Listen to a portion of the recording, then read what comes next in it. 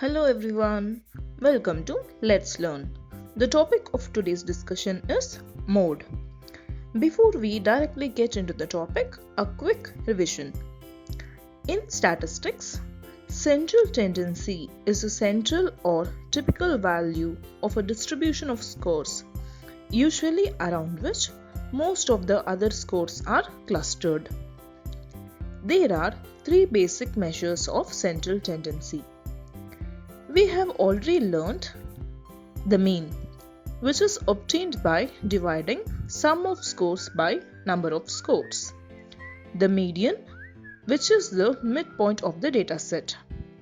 Today, we will learn the third measure, the mode. The mode is the most repeated score in a dataset. That is, score with highest frequency. Consider this example. As you can see, 13 occurs 3 times in the dataset, which is the most recurring. Therefore, 13 is the mode. But this is just a crude measure. Moving on to mode of grouped data. The mode can be easily found first by identifying the highest frequency and taking midpoint of corresponding class interval. In this example, we can see 6 is the highest frequency. Hence, our mode must lie between class interval 16 to 20.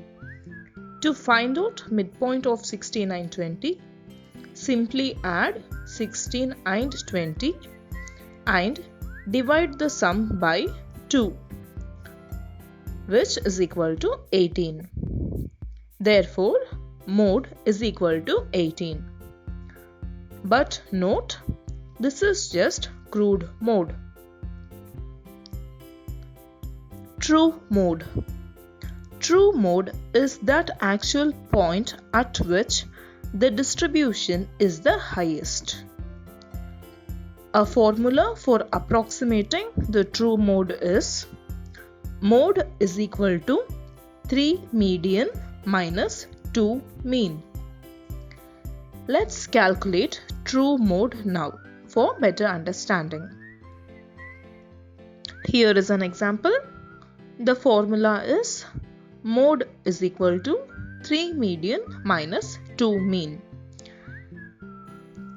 When we are trying to recall, one easy confusion in formula likely to arise is whether it is 3 median minus 2 mean or 3 mean minus 2 median. We can get mean and median mixed up, but don't worry, remember this, 3 is greater than 2.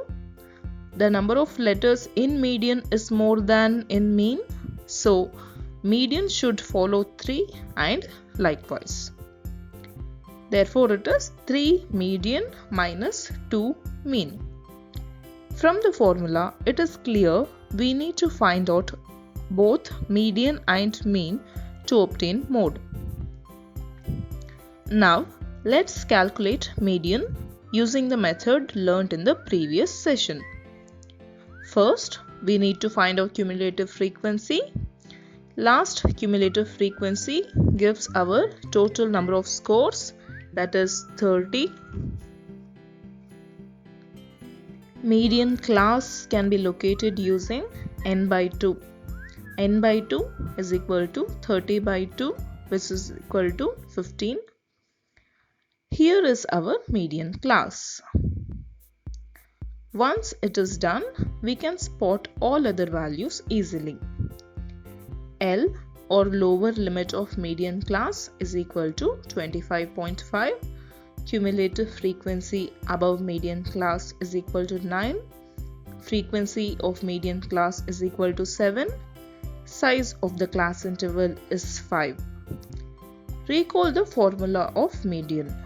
Median is equal to L plus n by 2 minus cumulative frequency divided by frequency into I. Substitute the values in the formula. When solved, we get 29.8. Our median is 29.8. Let's move on to mean now.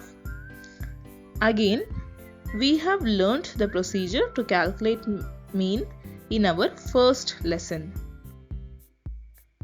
The formula for calculating mean is equal to sigma fx divided by n.